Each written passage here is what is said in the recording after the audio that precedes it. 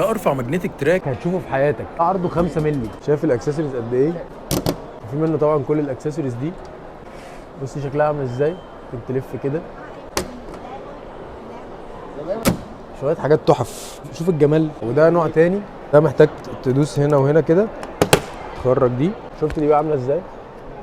بص دي عامله ازاي. تعالوا بقى اوريكم شويه حاجات تانية. وبعدين بقى مشيت شويه لقيت ناس بتعلي عليهم وعاملين ماجنتيك تراك 4.5 مللي، وده شكله في السقف. وده نوع تاني من التراكس ممكن تجمعهم مع بعض كده وترصهم بالشكل والعدد اللي انت عايزه وتعلقهم في السقف. ده بقى شكل جديد اول مره اشوفه، رفيع جدا بيركب لاتش على طول زي كده، وتاخد الاكسسوارز بتاعتك تحطها هنا. في منه طبعا كل الاكسسوارز اللي نفسك فيها. كل ده بقى في منه تخانات مختلفه وممكن يتعمل لحد 50 متر طول.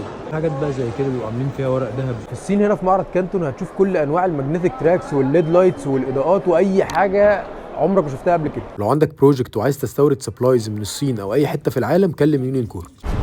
معلومه من المعماري، الصين بلد جميل.